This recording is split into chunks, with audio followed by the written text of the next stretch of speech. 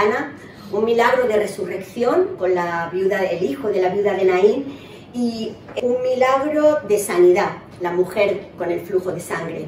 Y ahora voy a hablar yo de otro milagro. El título que le puse fue Solo sombras. Y bueno, yo no sé si os habéis preguntado por qué este título, a qué es debido.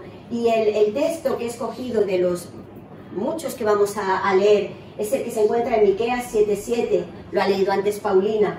Mas yo al Señor miraré y esperaré en el Dios de mi salvación. Y hemos visto también en estos testimonios, que no estaba preparado este enlace, pero el Señor, el Espíritu Santo sí lo tenía preparado, como en momentos de sombras, nuestra hermana Karen, a nuestras jóvenes, mirando al Señor, Él da la solución a muchas cosas. Y bueno, pues ¿de quién voy a hablar? Vamos a leer en Lucas, capítulo 13, si queréis seguirme, si no yo lo voy a leer, y los versículos 10 y 11, luego leeremos más, pero en principio vamos a leer esto para descubrir de qué milagro vamos a hablar hoy. Dice así: enseñaba Jesús en una sinagoga en el día de reposo, y había allí una mujer que desde hacía 18 años tenía espíritu de enfermedad, y andaba encorvada, y en ninguna manera se podía enderezar. Esta era una mujer, la mujer encorvada. Seguramente que lo habéis leído, que habéis oído hablar de ello. Yo no sé si vosotras en esta tarde necesitáis un milagro. Amén. Yo sí necesito un milagro y ojalá que el Señor, seguro que en esta tarde nos va a hablar. Y vamos a ver ya a la enfermedad que esta mujer tenía, Andrea. Mirad. A veces cuando pensamos en la mujer encorvada, por lo menos me pasaba a mí, pensaba pues eso, ¿no? Con un poquito de chepa, pero realmente la enfermedad es esta, está completamente arqueada. En la Biblia, en el Nuevo Testamento, vemos varios milagros de leprosos, de cojos, de ciegos, pero de alguien encorvado no hay ninguno. Y la palabra encorvado en el griego, lo voy a leer, aunque lo voy a leer mal seguramente, es sinkituas. Tousa, lo leo mal, pero bueno, como aquí no hay ningún griego, vais a llamar la atención. Pero lo importante no es el nombre en sí, sino lo que significa. Significa, literalmente, es estar completamente inclinada, arqueada, vencida. Y esto me ha llamado la atención. Inclinada lo vemos, arqueada está completamente arqueada, pero vencida. Y es que esta enfermedad hacía a la persona estar vencida. Vamos a poner la otra fotografía. Aquí tenemos a otra mujer, que es la que quiero que tengamos puesta, porque sería una mujer más o menos así, una mujer de aquellos tiempos, con estas vestiduras, posiblemente, y vamos a centrarnos en ella. Mirad, ¿cuál era esta enfermedad? Era una enfermedad de la columna, estropeaba las vértebras, y hacía pues que estuviera completamente inclinada la persona sin poderse enderezar. Y si vemos esta mujer, ¿cuál sería su estado? Su día a día. Ella no podía ver a la gente, ella no podía ver las caras. Ella, en lugar de ver el sol, no podía alzar sus ojos y ver el sol, solo veía sombras. De ahí el título. Ella solo podía ver la sombra de las cosas, la sombra de ella misma, la sombra de los demás. No podía ver nada más. En lugar de ver la lluvia cuando caía, veía los charcos, el lodo. En lugar de ver el cielo, veía el polvo. Este era su día a día. ¿Y cómo estaría ella? Posiblemente su campo de visión era totalmente derrotista. Si nos fijamos en nuestro campo de visión, nosotras podemos mirar, si no probar, podemos mirar el suelo, podemos mirar a nuestro alrededor, girarnos con facilidad, podemos mirar a lo alto, y hay muchas cosas que muchas veces no valoramos, de las cosas simples que tenemos, de poder tener dos manos. Ahora Karen yo creo que se da cuenta que le falta una, ¿verdad? Para podernos peinar siquiera, lavarnos los dientes, cocinar, tener dos piernas fuertes, aunque a veces cojeemos, tener unos ojos, aunque llevemos gafas, pero que podamos ver, y tantas cosas. Y esta mujer no podía hacer nada de esto. Lo que para nosotras es algo fácil, cotidiano, para ella era algo que le implicaba muchísima dificultad. ¿Y cómo tenía, durante cuánto tiempo? 18 años, 18 largos años. Andrea decía, se va a pasar el tiempo y no voy a tener amigos, porque... Y a veces nuestras oraciones se alargan, es verdad. Sabemos en la del flujo de sangre fueron 12 años, esta todavía le ganaba. 18 años en este estado. Y vemos, después de que ya ha ocurrido la historia, que luego vamos a detenernos en ella, por supuesto, pero antes quiero que leamos en el versículo 16 de dónde provenía esta enfermedad, porque es algo que me llamaba la atención y quiero que también tenemos que tener muy claro, porque a veces cuando vienen cosas a nuestras vidas podemos echarle culpas a cosas y bueno, lo voy a leer y así lo vais a entender. Mirad, el versículo 16 dice: después de que ya Jesús la sana, y los hipócritas, los fariseos, como es día de reposo, acusan a Jesús, y Jesús les responde de esta manera. Dice: y a esta hija de Abraham, que Satanás había atado 18 años, ¿no se la debía desatar de esta ligadura en el día de reposo? Y aquí lo que me llama la atención es de dónde provenía esta enfermedad. Dice: a esta hija de Abraham, que Satanás había atado 18 años. Muchas veces pensamos que la enfermedad o los problemas o la escasez las trae el diablo, pero esto no es así. El diablo tiene poder para hacer lo que Dios le permite que haga. La enfermedad, la muerte, como hemos visto escenificada, el dolor, ¿por qué viene? Por causa del pecado. El hombre cayó, así vino el pecado al mundo, por causa de la desobediencia. ¿Y quién fue quien les tentó? Por supuesto que fue Satanás. Pero aunque en algunas partes de la Biblia, y voy a citar 3, leamos como que vienen de Satanás, vamos a ver como, sí, realmente Dios da permiso a veces a Satanás para que, bueno, pueda hacer algo con nosotras, pero nunca va a ser nada que nos toque. Esto tengámoslo muy claro. Y para ello lo vamos a ver mucho mejor en el libro de Job, el libro este tan conocido. Además, nuestro hermano José, os invito a que vengáis los jueves porque hay predicaciones muy hermosas. Y en el libro de Job, en el capítulo 1, comienza pues describiendo a Job como este hombre perfecto, como este hombre temeroso de Dios. Pero de los versículos 6 al versículo 11 vemos una conversación. Se está presentando a Job, como es él, pero de pronto el escenario, como aquí, que ahí se ha puesto la sábana, el escenario cambia y vemos el trono de Dios. Ahí está sentado Dios y delante de Dios se presentan varios ángeles y entre ellos está Satanás. Y voy a leerlo. Y un día vinieron a presentarse delante del Señor los hijos de Dios, entre los cuales vino también Satanás. Y dijo el Señor a Satanás: ¿de dónde vienes? Respondió Satanás al Señor y dijo: de rodear la tierra y andar por ella. Él es el príncipe de este mundo, Él está rodeándonos. Y el Señor dijo a Satanás: ¿no has considerado a mi siervo Job, que no hay otro como él en la tierra, varón perfecto y recto, temeroso de Dios y apartado del mal? Respondió Satanás al Señor y dijo: ¿acaso teme Job al Señor en balde? ¿No le has cercado alrededor a él y a su casa y a todo lo que tiene? El trabajo de sus manos has dado bendición, por tanto sus bienes han aumentado sobre la tierra. Pero extiende ahora tu mano y toca todo lo que tienes, y verás si no blasfema contra ti en tu misma presencia. Dijo el Señor a Satanás: he aquí todo lo que tiene está en tu mano, solamente no pongas tu mano sobre él. Y salió Satanás de delante del Señor. Aquí vemos claramente esa conversación, cómo Dios se siente orgulloso de su hijo, cómo Dios le dice al propio Satanás: mira, mi hijo temeroso, que me honra. Pero enseguida Satanás, pues, ¿qué es lo que hace con nosotros? Claro que es obediente, claro que es valiente, claro que, porque tiene todo, porque tú le has dado todo. Ahora quítaselo y verás cómo te maldice, verás cómo se aparta de ti. Y el Señor dijo: vale, te dejo que lo hagas. El Señor a veces puede dejar que venga la prueba en nuestra vida. Muchas veces la permite Él para probarnos, para pulirnos como el oro. Otras veces son circunstancias de la vida o incluso nos las buscamos. Pero muchas veces sí que Dios permite a Satanás que nos zarandee. Y esto lo vemos también en Lucas 22, este es el segundo ejemplo que quiero que veamos. Lucas 22, 31-32. Y este es el episodio en el cual Jesús ha anunciado su muerte y Pedro le dice al Señor que él no le va a negar. Y Jesús le dice: dijo también el Señor: Simón, Simón, He aquí Satanás os ha pedido para zarandearos como a trigo, pero yo he rogado por ti que tu fe no falte, y tú, una vez vuelto, confirma a tus hermanos.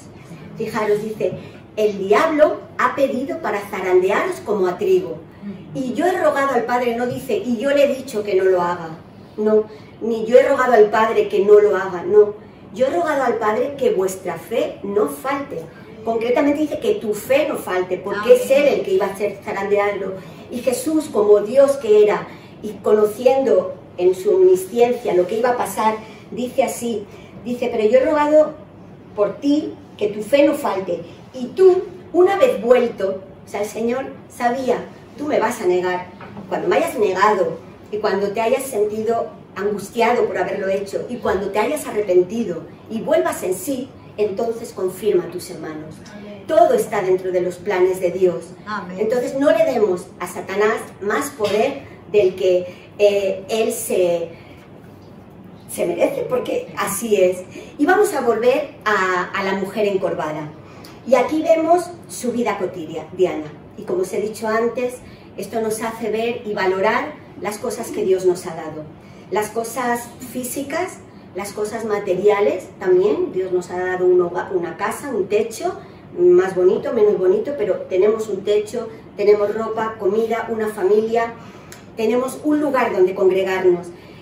Yo el domingo pasado, los que estuvisteis y vimos los vídeos que puso Ramón sobre la iglesia perseguida, y la semana anterior en Santa Perpetua, veíamos el testimonio de, fueron 8 me parece, 8 hermanos, cada uno de naciones diferentes, que están siendo perseguidos, que les están maltratando, les están pegando, les están matando, están quemando sus casas y sus iglesias, los están echando de sus localidades, están pasando hambre, están quemando las Biblias, no pueden congregarse. Y nosotras, ¿cuántas Biblias tenemos en casa? Más de 2 posiblemente, 4 por ahí dice. ¿Cuántos cultos tenemos a la semana? ¿Cuántas personas están a nuestro alrededor con la oportunidad de hablarles del Señor? Amén. ¿Y cuántas veces no lo aprovechamos? El Señor nos ha regalado una Biblia para poder leerla, para poder conocerle más, para poder dejar que Él nos hable a través de ella. Nos ha dado un local y otro en Santa Perpetua para podernos congregar y poder juntas orar al Señor, poder cantar, poder ofrendar, poder escuchar la palabra. Nos ha dado gente a nuestro alrededor para poderles hablar de Él, y muchas veces no lo hacemos. Pidámosle al Señor que de esto que nuestros hermanos están siendo privados, que nosotras lo sepamos aprovechar, no estemos encorvadas, no estemos vencidas, porque entonces sí que el enemigo se enorgullece y va delante de Dios a decir, mira tu hija. Y bueno, vamos a seguir adelante. Y hablábamos del tiempo. ¿Cuánto tiempo esta mujer estuvo esperando? 18 años. ¿Y cuántas veces en nuestras vidas pedimos cosas, vienen situaciones que nunca pasan y que le pedimos al Señor y ahí continúan? Aún a veces se ponen hasta peor. Enfermedades largas, situaciones económicas malas, problemas familiares, problemas de salud, de cualquier tipo. Mirad, en esta mujer, yo imagino que cuando el tiempo se alargaba en ella, vino el desaliento, vino la fe de ella, se tambalearía, la tristeza, la autocompasión. Y esto también viene muchas veces a nosotras. Mirad, es como una moneda con 2 caras. La moneda en sí es lo que nosotras hacemos ante la prueba, o lo que deberíamos hacer, orar, orar, orar, orar y orar al Señor. Pero una cara sería aquella que vemos que el tiempo pasa y no ocurre nada. Y entonces, ¿qué pasa en nuestras vidas? Pues que llega la tristeza, el abatimiento, la carga, el desaliento, el cansancio tanto emocional como psicológico, como espiritual. Nos enfriamos y empezamos pidiéndole al Señor y acabamos echándole la culpa al Señor. ¿Por qué no me escuchas? La otra cara de la moneda sería lo mismo. Oramos, oramos, oramos, pero aunque la respuesta no llegue, estamos poniendo nuestra confianza en el Señor. Estamos dependiendo de Él. Estamos rindiéndonos a Él y aceptando su voluntad por mucho que no nos guste. Y esta es lo que tenemos que pedirle al Señor, que sea esta la actitud que tengamos ante la prueba que pueda venir a nuestra vida. Y para ello voy a poner 3 ejemplos. El primero es el que en el texto, ¿lees, Susana? El mejor de ellos es como el espino, el más recto como zarzal. El día de tu castigo viene, el que anunciaron tus atalayas. Ahora será su confusión. No creáis en amigo, ni confiéis en príncipe de la que duerme a tu lado. Cuídate. No abras tu boca, porque el hijo deshonra al padre. La hija se levanta contra la madre, la nuera contra su suegra, y los enemigos del hombre son los de su casa. Mas yo a Jehová miraré, esperaré al Dios de mi salvación, el Dios mío me oirá. Amén. En este momento Israel había caído en la corrupción moral, y la consecuencia de eso fue todo lo que Susana ha leído y hemos podido leer aquí. Estaba todo el mundo contra todo el mundo. Dice, cuídate de la que duerme a tu lado, el padre contra el hijo. Era un momento en el que no podías confiar en nadie. Pero Miqueas, ante ese momento tan terrible, él dice, mas yo al Señor miraré, el Dios mío me oirá. Aunque en ese momento era todo sombras lo que se veía en el pueblo de Dios, pero él tenía puestos sus ojos en Jesús, en el Dios en el cual debía. Andrea, ¿pones las imágenes de las sombras? Imaginaros que nuestra vida cotidiana fuera solamente ver eso. Y aquí el suelo está asfaltado. Mirad, otro ejemplo, aparte del de Miqueas, lo encontramos en el libro de Hechos, y bueno, es muy conocido por todos, la historia de Esteban, cuando Esteban fue cogido y fue apedreado. Hechos 7:55. Dice, pero Esteban, lleno del Espíritu Santo, puestos los ojos en el cielo, vio la gloria de Dios y a Jesús que estaba a la diestra de Dios. Mirad dónde tenía Esteban puesta su mirada. Y voy a seguir leyendo los demás versículos, porque aunque ya lo conocemos, es increíble ver, sobre todo quiero que veáis su postura, su posición, no solo la firme, la espiritual sobre todo, pero hasta la forma de su físico. Dice así, después de que, y a Jesús que estaba a la diestra de Dios, y dijo, he aquí veo los cielos abiertos y al Hijo del Hombre que está a la diestra de Dios. Entonces ellos, dando grandes voces, se taparon los oídos y arremetieron a una contra él, y echándole fuera de la ciudad le apedrearon, y los testigos pusieron sus ropas a los pies de un joven que se llamaba Saulo, y apedreaban a Esteban, mientras él invocaba y decía, Señor Jesús, recibe mi espíritu. Y puesto de rodillas, clamó a gran voz, Señor, no les tomes en cuenta este pecado. Y habiendo dicho esto, durmió. Es impresionante ver por qué Esteban pudo tener esto. Nos lo ha dicho el primer versículo. Pero Esteban, lleno del Espíritu Santo. Esta es la clave. Lleno del Espíritu Santo. El otro día, el jueves también, os animo a venir los jueves, el hermano Francisco habló de la llenura del Espíritu Santo. Y si el Espíritu Santo es verdad que nunca sale de nosotros, pero sí podemos entristecerlo cuando pecamos, sí que podemos contristarlo y podemos apagarlo cuando Él nos pide que hagamos su voluntad y no la hacemos. Pero estamos llenas del Espíritu Santo cuando le damos todo a Él. Y así estaba Esteban, lleno del Espíritu Santo. Y en el momento que le apedreaban, lo normal, si yo ahora cojo el boli y os lo tiro, no lo voy a hacer, pero lo normal es que os apartéis o que os cubráis. O sea, ya es instintivo que uno hace eso. Sin embargo, Esteban, ante que le estaban apedreando, dice que se puso de rodilla y puesto sus ojos en el cielo. O sea, no tuvo una posición fetal, no se cubrió la cabeza, que sería lo más normal. Pero la diferencia era esa, él estaba firme. Yo creo que ni sentía el dolor de las piedras porque estaba su mirada puesta en Dios. Y así es donde tiene que estar puesta nuestra mirada. Y en tercer lugar, el tercer ejemplo, lo encontramos en Mateo 14, 29 y 30. Y bueno, es esta historia tan conocida cuando están en la barca, Pedro con los demás discípulos, hay una gran tormenta y ven a Jesús andando sobre las aguas.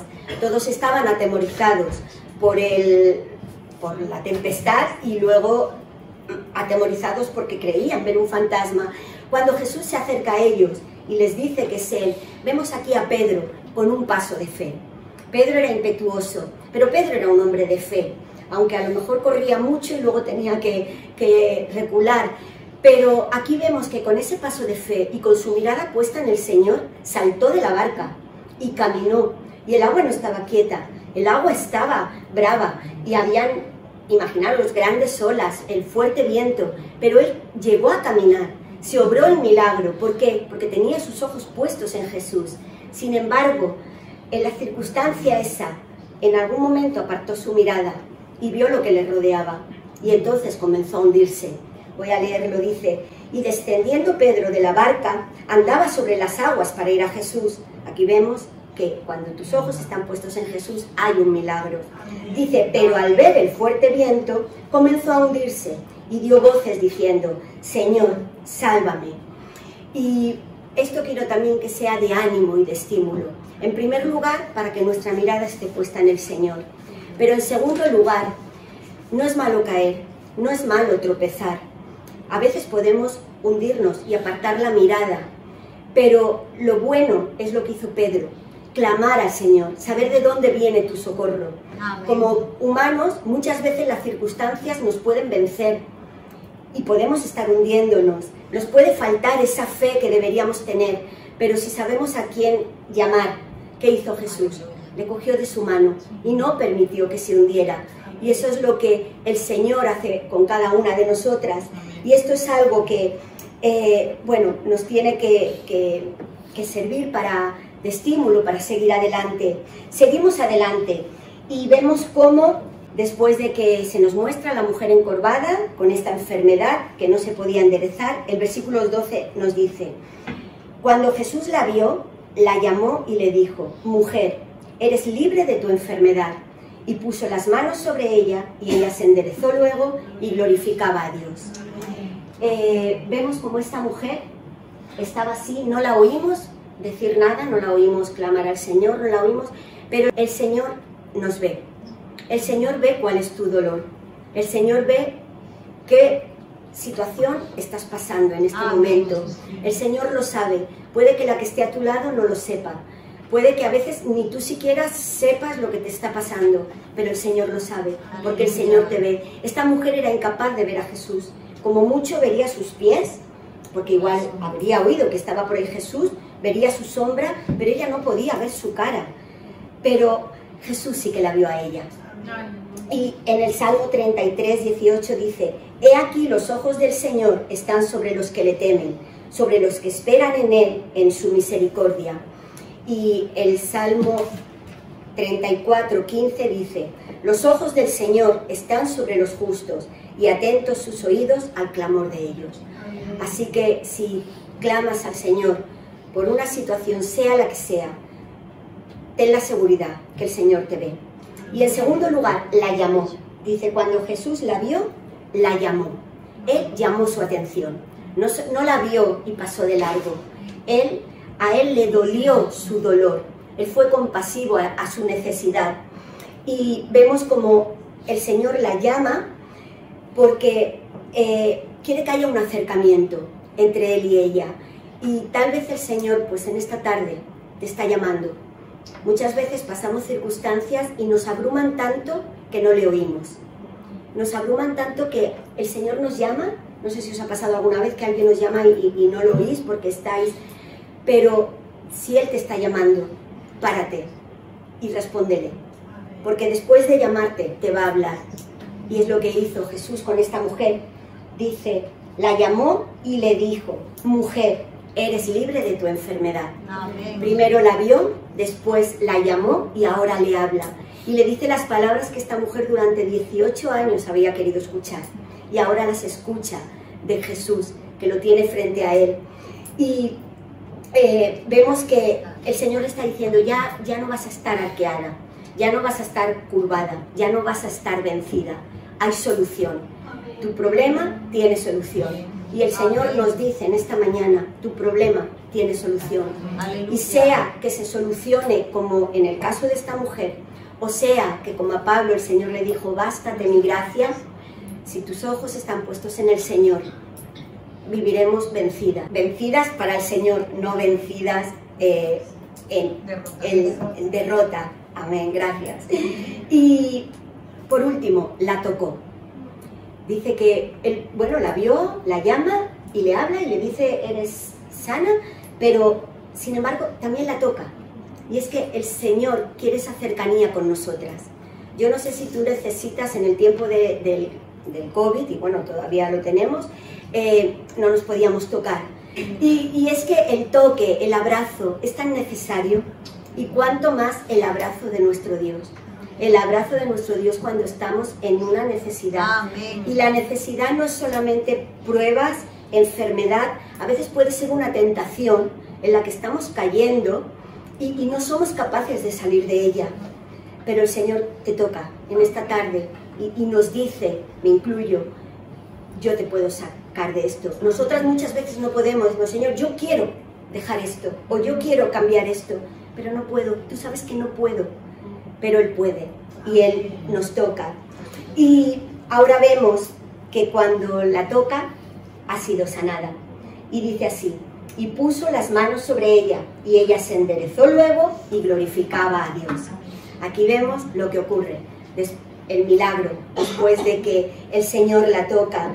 Y esta respuesta es algo increíble porque hubo un cambio visible, un cambio que todo el mundo pudo ver. Esas vértebras atrofiadas, esos músculos, esos huesos, de momento dejaron de estarlo. O sea, imaginaros esta imagen y la otra, la pones Andrea, la otra todavía era casi peor porque quería las imágenes no para ser dramática, pero para que veamos que realmente es una enfermedad que existe. Y esta mujer se enderezó en un momento, sin rehabilitación, sin medicina. El Señor la enderezó. Entonces, por muy quebrada que esté tu vida, por muy, bueno, no sé cómo describirlo, ponte en este lugar, en lo que tú estés viviendo a lo mejor. Y si no estás viviendo ninguna situación así, gloria a Dios, disfruta de los momentos de bonanza. Pero si llegan estos, el Señor puede enderezar lo torcido. Amén. Y vemos cómo recobró la fuerza, recobró el vigor, recobró la visión. ¿Cuántas veces nosotras necesitamos recobrar la visión? Y como decía antes, lo malo no es caer. Lo malo no es tropezar, es que todos caemos, es que todos tropezamos. Que levante la mano la valiente, y si es así, que nunca ha tenido una prueba, que siempre ha llevado una vida de victoria y de fe. ¿Vale? Bueno, hubiera sido guapo que todas la levantaran, pero raro. No, todos caemos. Pero lo malo no es caer, lo malo es cuando caemos y no nos levantamos.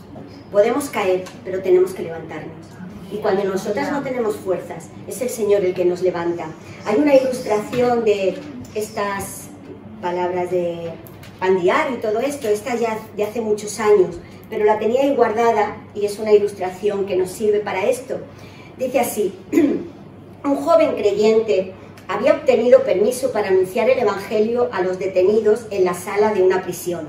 Mientras se dirigía hacia el estrado por el pasillo central, percibió claramente la resistencia y la desconfianza de la mayoría de los prisioneros y comprendió que la introducción que había preparado no convenía a ese público particular.